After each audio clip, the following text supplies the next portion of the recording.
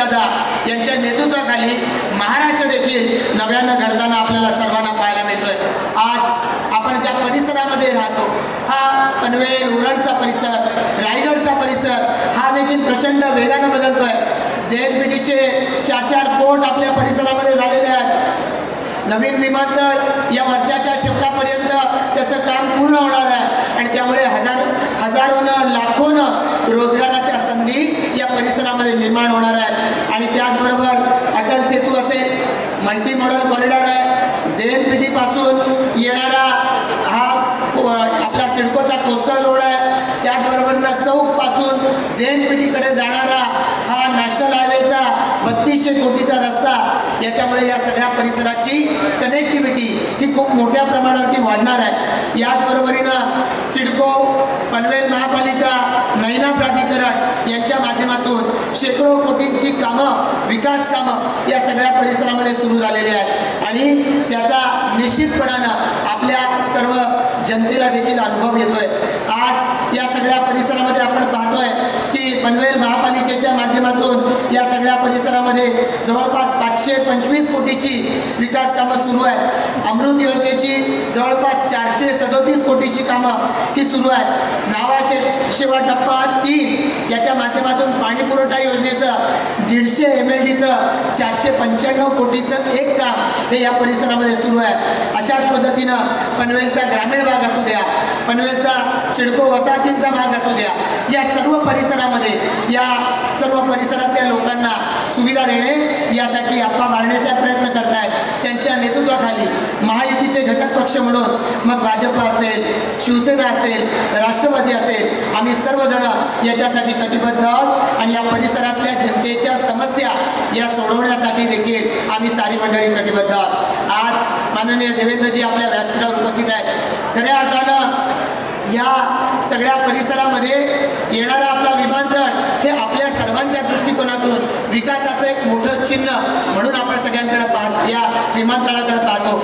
या विमानतळाच्यासाठी जेव्हा इथल्या गावांचं पुनर्वसन करावं लागेल अशा पद्धतीची स्थिती आली, त्यावेळेला माननीय देवेंद्रजी मुख्यमंत्री होते, त्यांनी पुढाकार घेतला आणि देशामध्ये आदर्श अशा पद्धतीचं पुनर्वसन या नवी मुंबई विमानतळाचं झालेलं आहे, याचाही आपल्या सगळ्यांना मनापासून अभिमान आहे। या विमानतळाचं काम लवकर सुरू झालं पाहिजे, पूर्णत्वाला लवकरात लवकर आलं पाहिजे, यासाठी माननीय देवेंद्रजींनी सातत्यानं पाठपुरावा केला आहे। विमानतळाचं काम पूर्ण होण्याच्या आधी या विमानतळाला इथल्या प्रकल्पग्रस्तांची, भूमिपुत्रांची, आपल्या सगळ्यांची मागणी आहे, लोकनेते दिबा पाटील साहेबांचं नाव या विमानतळाला दिलं गेलं पाहिजे आणि याच्यासाठी देखील माननीय देवेंद्र फडणवीस साहेबांनी आपल्याला पूर्ण पाठिंबा दिलेला आहे।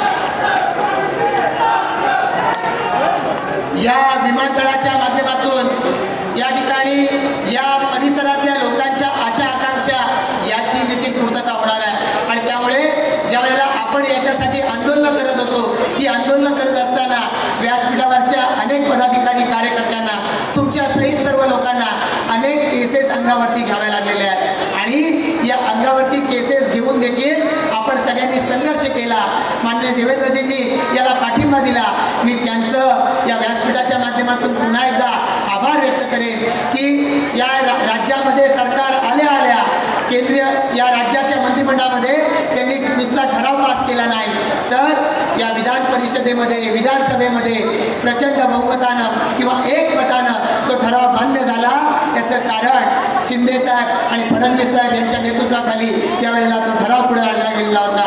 आज या परिसरामध्ये असलेली ही जी महापालिका आहे, या महापालिकेचा जन्म देखील फडणवीस साहेबांच्यामुळे झालेला आहे। या परिसराला एक चांगलं नीटनेटकं स्वरूप यावं यासाठी देवेंद्रजींनी पनवेल महापालिकेला मान्यता दिली आणि या महापालिकेच्या सर्व अडीअडचणी दूर करण्यासाठी देखील ते आपल्यामध्ये सातत्यानं प्रयत्न करतायत आणि म्हणून या शहराला भक्कम असं आर्थिक पाठबळ लाभलं पाहिजे, याच्यासाठी त्यांचं पाठबळ आपल्याला लाभतंय। आपण त्यांना विनंती केलेली होती की GSTचं जे अनुदान हे आम्हाला मिळतंय, सुरुवातीला ते निश्चित झालं होतं वर्षाला 72 कोटी, पण आम्ही सांगितलं की हे किमान त्या पहिल्या 2016-17 या वर्षामध्ये 250 कोटीच्या घरामध्ये असायला पाहिजे। शासनाच्या काही अधिकाऱ्यांची कॅल्क्युलेशनमध्ये चूक आहे आणि या संदर्भामध्ये त्यांना ज्या वेळेला आम्ही सांगितलं, दुर्दैवानं आधी ज्या वेळेला महाविकास आघाडीचं सरकार होतं त्या सरकारनं आपल्या बोलण्याकडं कुठलंही लक्ष दिलं नाही. पण देवेंद्रजी यांच्याकडे आपण विनंती केली आणि त्यांनी अधिकाऱ्यांना सांगितलं महापालिकेच्या जे हक्काचं आहे ते महापालिकेला मिळालं पाहिजे. आणि त्यानंतर आपल्या महापालिकेचं GSTचं अनुदान 72 कोटीवरून 435 कोटीवरती जाऊन पोहोचलं आणि प्रत्येक वर्षी याच्यामध्ये 8% वाढ होते.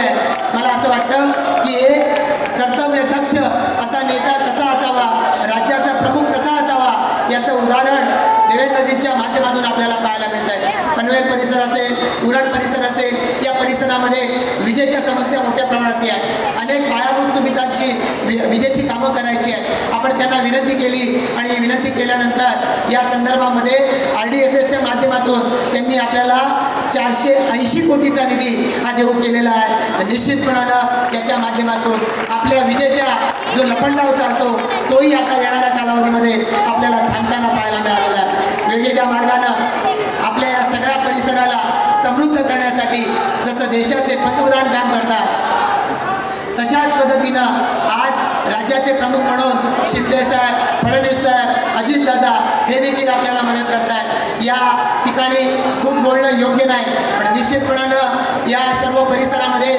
नव्यानं झालेली आपली महापालिका, या महापालिकेच्या माध्यमातून या ठिकाणी ज्यावेळेला एकाच वेळेला टॅक्सच्या नोटिसा सर्वांना पाठवल्या गेल्या आणि एकाच वेळेला 5 वर्षाच्या नोटिसेस या सगळ्यांना गेल्या आणि त्याच्यामुळे या सगळ्या लोकांची दिशाभूल करण्यासाठी सुद्धा काही लोक पुढे आली आणि त्यांनी सांगितलं तुम्ही टॅक्स भरण्याची गरज नाही, आम्ही हा टॅक्स माफ करून देऊ. हायकोर्टात गेले, कोणी सुप्रीम कोर्टात जाण्याची भाषा करतात आणि त्यामुळे अनेक लोकांनी वेळेवरती टॅक्स भरला नाही, त्यांना शास्ती लागली आणि ही शास्ती, या शास्तीचाही मोठा प्रमाण या ठिकाणी आहे. इथं सिडकोनं आधी सेवा कर वसूल केला आणि पुन्हा या ठिकाणी महापालिकेचाही टॅक्स आहे. लोकांचं म्हणणं आहे महापालिकेनं सेवा द्यायला सुरू करायच्या आधीच हा टॅक्स कसा काय लागतो आणि त्यामुळे हे डबल टॅक्सेशन आहे. हे डबल टॅक्सेशन आपण माफ करा अशा पद्धतीची सुद्धा इथल्या परिसरातल्या नागरिकांची विनंती आहे. आज या राज्याचे प्रमुख म्हणून शिंदेसाहेब, फडणवीस साहेब, अजितदादा हे आपलं नेतृत्व करतायत. या देशाचे पंतप्रधान नरेंद्र मोदीजी यांच्या नेतृत्वाखाली आपले पालक म्हणून ते खऱ्या अर्थानं काम करतायत. अनेक गोष्टी ज्या त्यांच्यापर्यंत आपण पोहोचवल्या त्यांनी त्याच्यातून आपल्याला मार्ग करून दिला. मला खात्री आहे की याही बाबतीमध्ये आपल्याला माननीय देवेंद्र फडणवीस साहेबांच्याकडून, राज्याच्या सरकारच्याकडून आपल्याला या बाबतीमध्ये न्याय निश्चितपणाने मिळेल. आज हे सरकार पूर्ण ताकदीनं आपल्यासाठी काम करत आहे आणि आपण पाहतोय केंद्रातलं सरकार, राज्यातलं सरकार जेव्हा आपल्यासाठी ताकदीनं काम करतं, आपल्या सगळ्यांची जबाबदारी आहे. आज सोमवार, पुढच्या सोमवारी आपलं मतदान आहे आणि म्हणून या सोमवारी होणाऱ्या मतदानासाठी आपण सगळेजण सज्ज झालोय आणि आजपर्यंत या पनवेल मतदारसंघानं आप्पांना जेवढी आघाडी दिली नसेल ती आघाडीचे सर्व उच्चांक मोडीत काढून आपल्याला आप्पांना या वेळेला निवडून आणायचं आहे. त्यांची धनुष्यबाण निशाणी निवडून आणायची आहे. यासाठी आपण सर्वजण सज्ज व्हा अशी विनंती करतो आणि थांबतो. जय हिंद, जय महाराष्ट्र.